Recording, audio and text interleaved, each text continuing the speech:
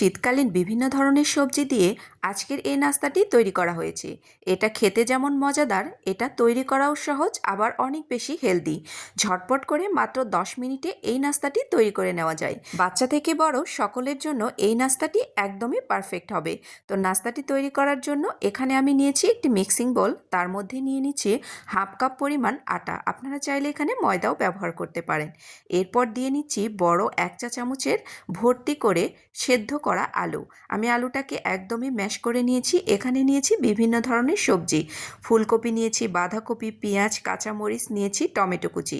আপনারা চাইলে এখানে আরও বিভিন্ন ধরনের সবজি অ্যাড করে দিতে পারেন। আমার হাতের কাছে যে সবজিগুলো ছিল সেই সবজিগুলোই আমি এখানে ব্যবহার করেছি। আপনারা চাইলে এখানে আরও বিভিন্ন ধরনের সবজি ব্যবহার করতে পারেন। তো সবগুলো আমি এই মিক্সিং বোলের মধ্যে সবজিগুলো দিয়ে নিয়েছি। এখন আমি এর মধ্যে দিয়ে নিচ্ছি স্বাদ মতো লবণ। আমি এখানে হাফ চা চামচের কম লবণ ব্যবহার করেছি। এরপর দিয়ে নিচ্ছি কালারের জন্য খুবই সামান্য একটু হলুদের গুঁড়ো। এখন দিয়ে নিচ্ছি একটি ডিম। আমি এখানে হাফ কাপ পরিমাণ আটার জন্য এখানে একটি ডিম ব্যবহার করেছি। আপনারা যদি আটার পরিমাণ বাড়িয়ে নেন তাহলে ডিমের পরিমাণটাও বাড়িয়ে নেবেন। তো সব কিছু একটু ভালো করে মিশিয়ে নিচ্ছি। এরপর অল্প অল্প করে পানি দিয়ে একটা ব্যাটার তৈরি করে নেব। অনেক বেশি পাতলাও না, আবার অনেক বেশি ঘনও না। পানি একবারে দেব না, অল্প অল্প করে পানি দিয়ে এই ব্যাটারটাকে আমি তৈরি করে নেব। তো দেখুন সব কিছু ভালো করে মিশিয়ে নিতে হবে, আটাটাও যেন ভালো করে সবজির সাথে মিশে যায়। তো এখন আমি আরও কিছুটা পানি দিয়ে এই ব্যাটারটাকে আরও কিছুটা পাতলা করে নেব। তো অল্প অল্প করে পানি দিয়ে এই ব্যাটারটাকে তৈরি করে নিতে হবে। আর নাস্তাটা তৈরি করা খুবই সহজ। হাতের কাছে 10 মিনিট থাকলেই ঝটপট করে এই হেলদি নাস্তাটি তৈরি করে নেওয়া যায়। খেতেও বেশ মজাদার হয়।